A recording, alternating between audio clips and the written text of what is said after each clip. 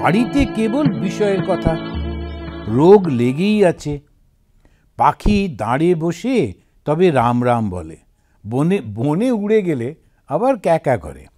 দেখুন, এখন ওকে রাম নাম শেখানো হয়েছিল পাখিটাকে, যার কাছে শিখেছিল থেকে সে রাম নাম বলতে বলেছিল, রাম নাম করে, কেন জানি রাম নাম না করলে ছোলা মোলা পাওয়া যাবে না। এবারে যখন সে মুক্ত হয়ে গেল, খাঁচা থেকে বেরিয়ে উড়ে যাচ্ছে, ও আর রাম রাম করবে না, ও তখন নিজের অরিজিনাল ক্যাঁকা করবে। আমরা যখন সংসারে থাকি তখন আমরা সংসারীদের মতো ব্যবহার করি, কথা বলি, কিন্তু যখন আমরা আশ্রমে যাই তখন কিন্তু আমরা আশ্রমের মতো করি। ওই জন্যে ঠাকুর বলছেন একদিন হলেও নির্জন বাস করো, একদিন হলেও সৎসঙ্গ করো, একদিন হলেও। এখন সংসারে এইটা দেখতে হবে, ওইটা করতে হবে, নানান রকম করে সময় কেটে যাচ্ছে, দিন চলে যাচ্ছে, কত কি হয়ে যাচ্ছে, কিন্তু মানসিকভাবে আমি ভগবানের দিকে এগোতে পারছি না। এই জন্যে মাঝে মাঝে এসে নির্জনে থাকা।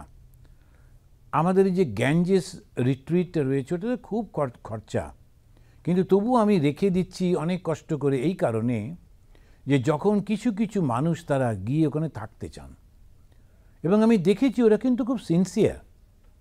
ওই গ্যাঞ্জেসে থাকাটা বেশ কঠিন, অত বড় জায়গায় একা একা থাকা, নিজে নিজে রান্না টান্না করছে। আমাদের বিরাট বড় ওখানে সেই যে শ্রাইনটা রয়েছে, ওর মধ্যে গিয়ে আমি দেখেছি একজন দুজন মহিলা যান, তারা গিয়ে বসে বসে বেশ জব করেন অনেকক্ষণ ধরে, ঘন্টার পর ঘন্টা। বেরিয়ে এসে সামনে যে বইয়ের সেখান থেকে নিয়ে ওখানে বসে বই পড়েন। এরকমভাবে একটা দুটো দিন কাটিয়ে আবার তারা ফিরে আসেন। তো অনেককে দেখেছি খুব সমস্যায় পড়েছিলেন, ব্যবসাটা চলে গেল, একেবারে হাবুডুবু অবস্থা, ওইখানে গিয়ে ঘুরে থেকে থেকে। সেই জন্যে আমি সবসময় বলেছি শীতকালেও ওইটা আমরা বাড়িটা ওয়ার্ম করে রাখবো, বেশ খরচা, কেননা কেউ নেই, কিন্তু ওকে গরম করে রাখতে হয় তো বাড়িটাকে, আর ওই রকম জায়গায় বরফের জায়গার মধ্যে রাখা। কিন্তু রাখি এই কারণে, যদি কেউ গিয়ে একটু নির্জন বাস করতে চায়, আমাদের এখানেও গেস্ট রুম করে রেখেছি হোমার গ্ল্যানে, যদি কেউ এসে থাকতে চান, সকালে উঠে এসে মন্দিরে বসলেন, একটু গীতা পাঠ করলেন, তারপরে একটু খাওয়া দাওয়া করে আবার জপ ধ্যান করলেন, পড়াশুনো করলেন, একটা দিন কাটিয়ে তারপরে চলে গেলেন। তো এই সৎসঙ্গটার খুব প্রয়োজন। এই সৎসঙ্গ করতে পারলে তখন মনের বিকারটা চলে যায়। টাকা থাকলেই বড় মানুষ হয় না, ওই বড় মানুষের বাড়ির লক্ষণ আছে। এবারে ঠাকুরে খুব এমনভাবে একটা কথা বলেন, তার ইন্ডিকেশনটা আর একটা থাকে। উনি বলছেন বড় মানুষের বাড়ির লক্ষণ আছে, সব ঘরে আলো থাকে। গরিবেরা তেল খরচা করতে পারে না, তাই অত আলো বন্দোবস্ত করে না। তারপরেই বলছেন এই দেহ মন্দির অন্ধকারে রাখতে নাই, জ্ঞান দীপ জেলে দিতে হয়। জ্ঞান দীপ জেলে ঘরে ব্রহ্মময়ীর মুখ দেখো না। তো বললেন যে বড় লোকের বাড়িতে যেমন সবসময় বাড়িটা ঝকঝক করছে উজ্জ্বল, তেমনি আমাদের এই যে দেহটা, এই যে বাড়িটা, যার মধ্যে সে আত্মা রয়েছেন, এই বাড়িটার মধ্যে, এই দেহটার মধ্যে, এই মনটাতে সারাক্ষণ জ্ঞানের প্রদীপ জেলে রাখতে হয়। সেই জ্ঞানের দীপটা জেলে রাখলে তখন আমাদের আর কোনো কষ্ট থাকবে না। সেই জ্ঞান দীপটা কি? না হাম তু হুঁ, আমি না, সব তুমি। এবারে তিনি ওই প্রার্থনা শেখাচ্ছেন, সকলেরই জ্ঞান হতে পারে। এটা একটা অদ্ভুত কথা বলছেন, সকলেরই জ্ঞান হতে পারে। জ্ঞান বললেন, ঈশ্বর লাভ হতে পারে বলছেন না। ঈশ্বর লাভ তো উনি লক্ষ্য বললেন, কিন্তু ঈশ্বর লাভের পর যে আর একটা উঁচু স্থান রয়েছে যেখানেতে জ্ঞানীরা পৌঁছচ্ছে, সেটি বলছেন সকলেরই জ্ঞান হতে পারে। কি জ্ঞান? আমি এবং ঈশ্বর আমরা এক। আমার মাঝে মাঝে মনে হয় যে খ্রিশ্চানরা বলে যে হেভেন ইজ দ্য গোল, তারপরেতে ওই জুইশরা বলে land of milk and honey, তারপরে এরকম মুসলিমরা বলে অনাল হক, মুসলিমদের সুফি যারা তারা হ্যাঁ, তো এই যে তারা বলে অনাল হক, হিন্দুরা বলে অহম ব্রহ্মাস্মি। এইটাই ঠিক। আমরা ওই যে খ্রিস্টানরা বলে যে আমাদের হচ্ছে যে স্বর্গ, ওটা ভুল। যেটা জিসাস বললেন, I and my father in heaven are one, আমি এবং আমার ঈশ্বর এক, ওটাই লাস্ট, ওটাই ঠিক লক্ষ্য। তা না হলে বারবার ঘুরে ঘুরে আসতে হয়। স্বর্গে গেলেও তো ফিরে আসতে হবে, ভালো কাজের ফল যখন শেষ হয়ে যাবে তখন ফিরে আসতে হবে। তো সেই কারণেতে আমি এবং আমার ঈশ্বর এক, এই এক বোধকে বলে জ্ঞান। তো ঠাকুর বলছেন সকলেরই জ্ঞান হতে পারে, জীবাত্মা আর পরমাত্মা। প্রার্থনা করো সেই পরমাত্মার সঙ্গে জীবের যোগ হতে পারে প্রার্থনার মাধ্যমে। এখন ঠাকুর, আমরা যারা জ্ঞান পথের প্রতীক, তারা প্রার্থনা করে না, বিচার করে ট্র্যাডিশনালি। ঠাকুর কিন্তু মিক্সড করে দিচ্ছেন। উনি বলছেন প্রার্থনা করো। কার কাছে প্রার্থনা করব? ভগবানের কাছে। আর যেই মুহূর্তে ভগবানের কাছে প্রার্থনা করতে যাচ্ছি তখন তো ডুয়ালিটি।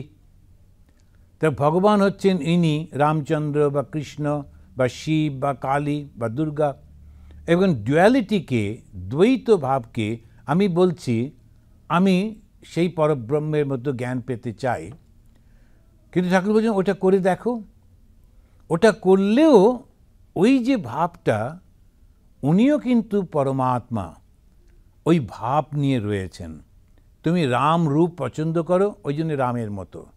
তুমি কৃষ্ণ রূপ পছন্দ করো, ওই জন্য কৃষ্ণের মতো, কিন্তু আসলে পরমাত্মা। তা যেই তুমি প্রার্থনা করবে অমনি ওই পরমাত্মা তোমার নিজের রূপ দেখিয়ে দেবেন। যেমন অর্জুনকে ও বিশ্বরূপ দেখতে চেয়েছিল, অমনি দেখালেন। ঠিকভাবে প্রার্থনা করো, করে বলো আমি তোমার সঙ্গে নিরাকার, সেই যে পরমাত্মার ভাব, তার মধ্যে একাত্ম হতে চাই, উনি করিয়ে দেবেন। তো এইটা ঠাকুরের একটা নতুন সংযোজন। খুব সুন্দর করে উনি বলছেন যে জ্ঞান কিন্তু ভক্তির মাধ্যমেও তুমি পেতে পারো। তা ভক্তির মধ্যে দিয়ে যাচ্ছি আমার ভগবান, এবং তাকে বললাম ভগবান তোমার এই রূপ আমি মুগ্ধ, কিন্তু এই রূপের বাইরে যে অরূপ রয়েছে সেইটিও আমাকে একটু শিখিয়ে দাও। তখন এই ভগবানই কৃপা করলে তিনি সেই অরূপটা দেখিয়ে দিতে পারেন। তো সেইটাই ঠাকুর বলছেন যে এটা পসিবল, এটা হতে পারে। এবার উদাহরণ দিচ্ছেন, গ্যাসের নল সব বাড়িতেই খাটানো আছে, গ্যাস কোম্পানির কাছে গ্যাস পাওয়া যায়। আরজি করো, আরজি কিন্তু একটা ফরাসি শব্দ, আরজি মানে প্রার্থনা করো, করলেই গ্যাস বন্দোবস্ত করে দেবে, ঘরেতে আলো জ্বলবে। শিয়ালদায় অফিস আছে, আর সবাই হাসছে, এসব ঠাকুর সব খোঁজ খবর রাখতেন। ওই গ্যাস কোম্পানির অফিস শিয়ালদাতে, যারা কলকাতার লোক ওরা জানে। তা এখন আছে কি না জানি না, কিন্তু ঠাকুরদের সময় হয়তো ছিল। আর নতুন নতুন তখন কলকাতায় গ্যাস এসেছে এবং গ্যাসের লাইট জ্বলছে, এবং খুব চতুর্দিকে তখন একটু হই যে রাস্তাতে যে গ্যাস দিয়ে লাইট জ্বলছে, আর বড় লোকদের বাড়িতেও পাইপ আসে, তাতে গ্যাস জ্বলছে। এখন এই যে একটা লোকের নতুন কিছু, ঠাকুর সেটাকে উদাহরণ হিসেবে ব্যবহার করছেন। আর এইটা পড়ে বোঝা যায় যে সমাজের কন্ডিশনটা কী ছিল। শ্রীরামকৃষ্ণদেব যখন বলছেন এই গ্যাসের কথা, এখন ওদের অফিস তখন শিয়ালদায় রয়েছে, সেখানে অ্যাপিল করলে ওরা এসে দেখে শুনে তোমার সঙ্গে কানেকশন করে দেবে, ব্যাস তোমার ওখানে গ্যাস চলবে। ঠিক তেমনিভাবে ভগবানকে যদি অ্যাপিল করা যায় যে তুমি আমার হৃদয়ের মধ্যে এসে আমাকে উদ্ভাসিত করো, আমাকে সেই পরমাত্মার সঙ্গে আমাকে মিলন করিয়ে দাও, সেটাও সম্ভব। তখন উনি বলছেন কারুর চৈতন্য হয়েছে, তার কিন্তু লক্ষণ আছে। ঈশ্বরীয় কথা বই আর কিছু শুনতে ভালো লাগে না, আর ঈশ্বরীয় কথা বই আর কিছু বলতে তার ভালো লাগে না। যেমন 7 সমুদ্র, গঙ্গা, যমুনা, নদী সব তাতে জল রয়েছে, কিন্তু চাতক বৃষ্টির জলই চায়। তৃষ্ণাতে ছাতি ফেটে যাচ্ছে, তবু অন্য জল খাবে না। এখন ওইটাই হচ্ছে যে ভগবান তিনি কেমন করে তাকে পাওয়া যায়। যখন সে পায় এত ভালো লাগে যে ভগবানের কথা ছাড়া সে অন্য কোনো কথা আলোচনা করতে চায় না, তার পছন্দ হয় না। এই কারণেতে শুধু তার একটাতেই সন্তুষ্ট হয়ে থাকে। ভগবানের যখন কথা বলছি, বলতে ভালো লাগছে, জ্ঞান দিচ্ছি, উপদেশ দিচ্ছি, এটা অনেকেরই ভালো লাগে। কিন্তু যখন ভগবানের কথা আলোচনা করছে, তাতে তার নিজেরই একটা আনন্দ হচ্ছে, এইটি কিন্তু একটা অন্য বিষয়। প্রত্যেকে কিছুদিন পরেই অন্যকে জ্ঞান দেওয়ার জন্যে উদ্বিগ্ন হয়ে পড়ে, না না বক্তৃতা করতে হবে, বক্তৃতা করতে হবে। যেমন মাস্টারমশাই তিনি ঠাকুরকে বলেছিলেন, আচ্ছা এই যে মাটির মূর্তিতে ঈশ্বর থাকেন না, এইটা কলকাতার একটু লোককে বোঝাতে হবে। তখন ঠাকুর খুব বিরক্ত হয়ে ওকে ধমক দিয়ে বলছেন, তোমাদের কলকাতার লোকেদের এই এক সমস্যা, নিজে বোঝো কি বোঝোনি, অন্যকে বোঝাবার জন্য ব্যস্ত হয়ে পড়া। কারণ কলকাতাতে প্রচণ্ড লোকেরা বক্তৃতা করতো।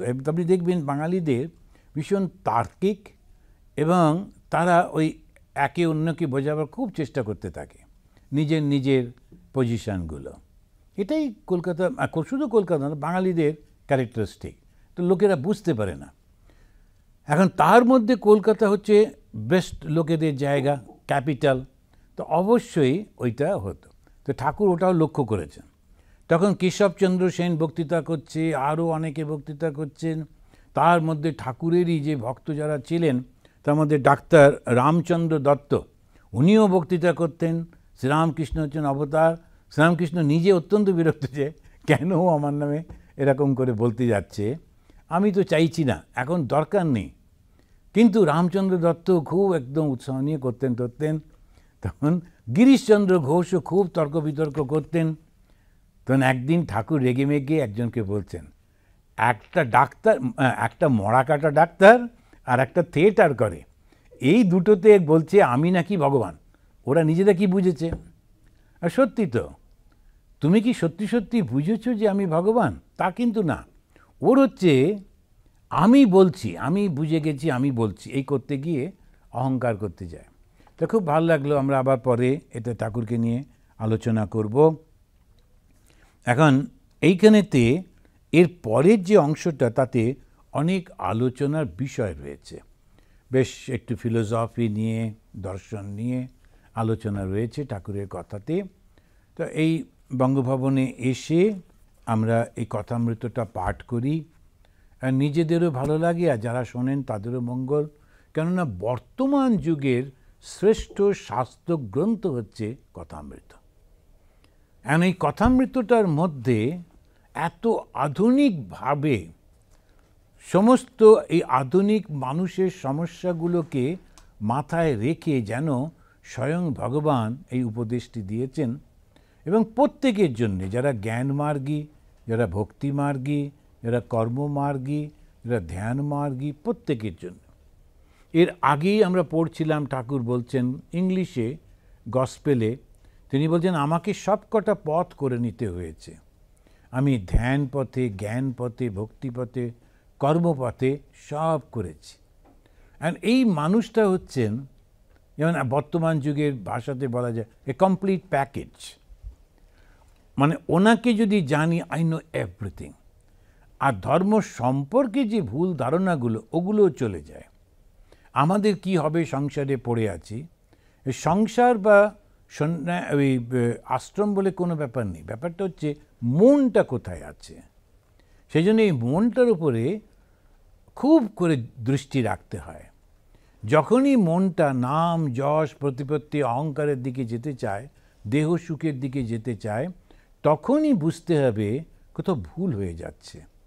তখনই সেটাকে টেনে নিয়ে এসে ভগবানের দিকে যাওয়ার চেষ্টা করতে হবে। আর দেবার ওই চেষ্টাটার একটা খুব ইজিয়েস্ট উপায় হচ্ছে ভগবানের নাম করতে থাকা।